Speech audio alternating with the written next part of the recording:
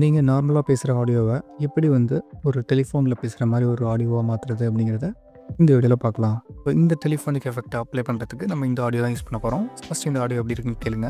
இப்போ இந்த கலர் ரீடிங்கை எந்த வீடியோவில் அப்ளை பண்ணணுமோ அந்த வீடியோ செலக்ட் பண்ணிக்கங்க. ஸோ அந்த ஸ்டில் ரைட் கிளிக் பண்ணி அப்ளை கிரேட் கொடுத்துருங்க.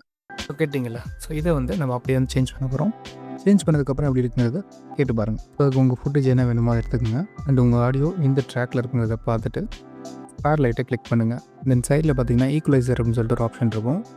அதை கரெக்டாக உங்கள் ஆடியோ ட்ராக் எதில் இருக்குன்னு பாருங்கள். என்னோடதில் A1 இருக்குது. அந்த ஈக்குவலைசரை டபுள் கிளிக் பண்ணிங்கன்னா இந்த மாதிரி ஒரு விண்டோ ஓப்பன் ஆகும். ஸோ அதில் மேலே பார்த்தீங்கன்னா ஒரு ட்ராப் டவுன் லிஸ்ட் இருக்கும்.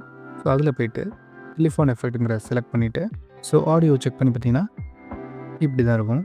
ஸோ இந்த கலர் ரீடிங்கை எந்த வீடியோவில் அப்ளை பண்ணணுமோ அந்த வீடியோ செலக்ட் பண்ணிக்கங்க. ஸோ அந்த ஸ்டில் ரைட் கிளிக் பண்ணி அப்ளை கிரேட் கொடுத்துருங்க.